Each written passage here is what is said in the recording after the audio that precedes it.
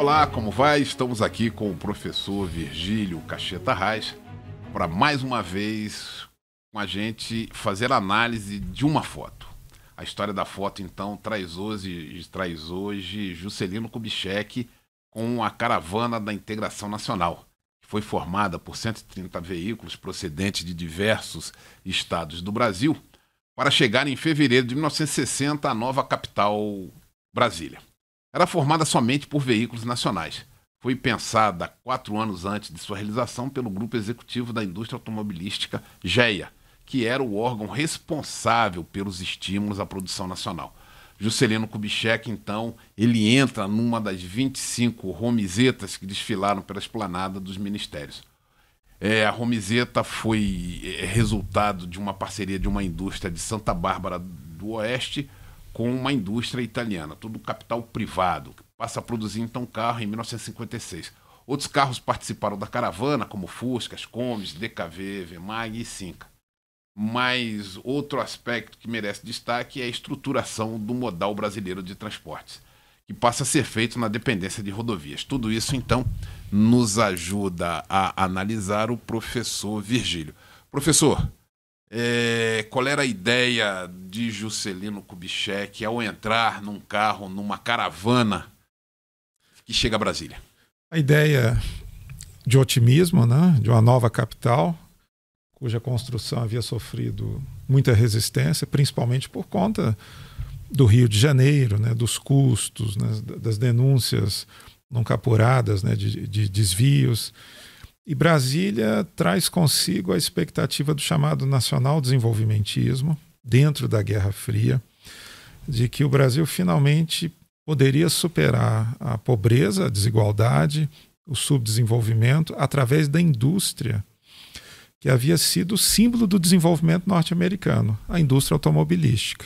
E é isso que leva, o que leva o Brasil a fazer a opção por esse sistema de transporte?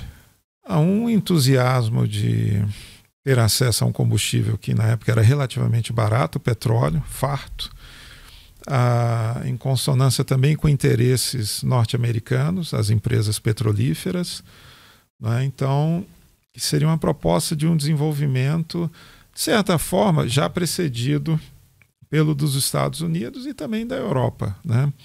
De fato, a indústria automobilística, né, a cadeia em si de produção, gerava muitos empregos, e empregos qualificados, de maneira que se esperava uma classe média que a partir daí poderia irradiar não só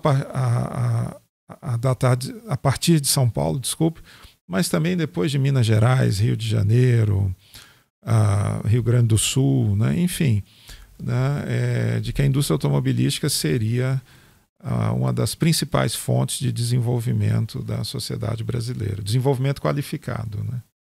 Sim, e quais são as consequências no desenvolvimento do país, desse trabalho em cima da indústria automobilística? De fato, o Brasil se desenvolve, né, começa a se desligar um pouco do aspecto agroexportador, que era muito importante até ainda o governo de Juscelino Kubitschek.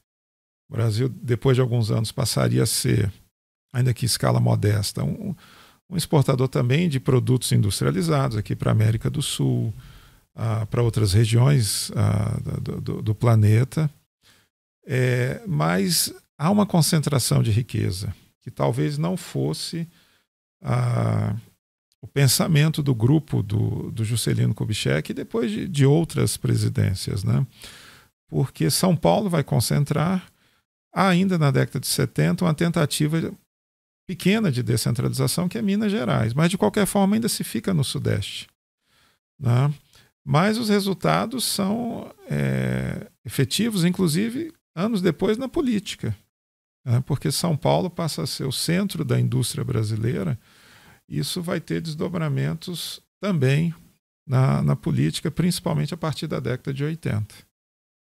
Professor, a indústria nacional, se pode dizer que ela ganha em longo prazo ou ela se prejudica ao ficar montada em cima de uma indústria automobilística, que se calcar a economia de produção em cima?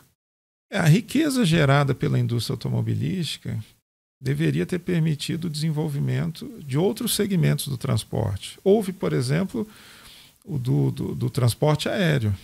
O Brasil conseguiu integrar o seu território, mas houve, por exemplo, o decréscimo do setor ferroviário. E o atraso do Brasil para um país do porte, né, é muito grande. Quando nós comparamos com a Índia, com a China, com os Estados Unidos, com o Canadá, né? Então, se hoje o Brasil tem um desenvolvimento razoável do ponto de vista rodoviário e do ponto de vista aéreo, do ponto de vista ferroviário, deixa muito a desejar, né? Então, esse é um dos hiatos do desenvolvimento do Brasil que precisaria ser, digamos, remediado, né? A tecnologia, a mão de obra, e o território brasileiro favorece também uma complementação pela via ferroviária. Professor, se o senhor fala em via ferroviária, haveria a possibilidade do Brasil resgatar esse tempo perdido na questão do modal ferroviário? Sim, e integrar não só o território nacional, mas também dentro do próprio Mercosul, né? Nós não podemos nos esquecer que parte da integração hoje da União Europeia foi em função do desenvolvimento e também da conexão das redes ferroviárias, né? Basta lembrar que durante a Guerra Fria, até talvez os anos 70, a rede portuguesa e espanhola não se integrava na fronteira por conta de diferenças políticas, né? Então, passado o momento da Guerra Fria e havendo a consolidação da democracia, o Brasil poderia contribuir para a integração física do Mercosul, né? E hoje, do ponto de vista ambiental, do ponto de vista de custos, né, o transporte ferroviário seria uma excelente opção. O agronegócio tem tentado resgatar o transporte ferroviário? Sim, né? E o Brasil deveria estimular mais, né? Principalmente, como também nas hidrovias, que o Brasil não chegou a desenvolver, como os norte-americanos, né, fizeram, né? Então são dois tipos de transporte pouco explorados hoje no Brasil, o ferroviário e o aquático, vamos chamar assim, né? Então há essa possibilidade. E quais são as dificuldades? Quais seriam as dificuldades, então, para o desenvolvimento, para o resgate, digamos assim, desse transporte ferroviário? Um desinteresse das elites econômicas e políticas por esse tipo de transporte, o que faz com que o Brasil perca muito tempo, né, para um desenvolvimento mais acelerado, né? Então, e um desenvolvimento de transporte que faria o país depender menos das alterações de preço, né, do petróleo, por exemplo, né? Então, hoje, de fato, né,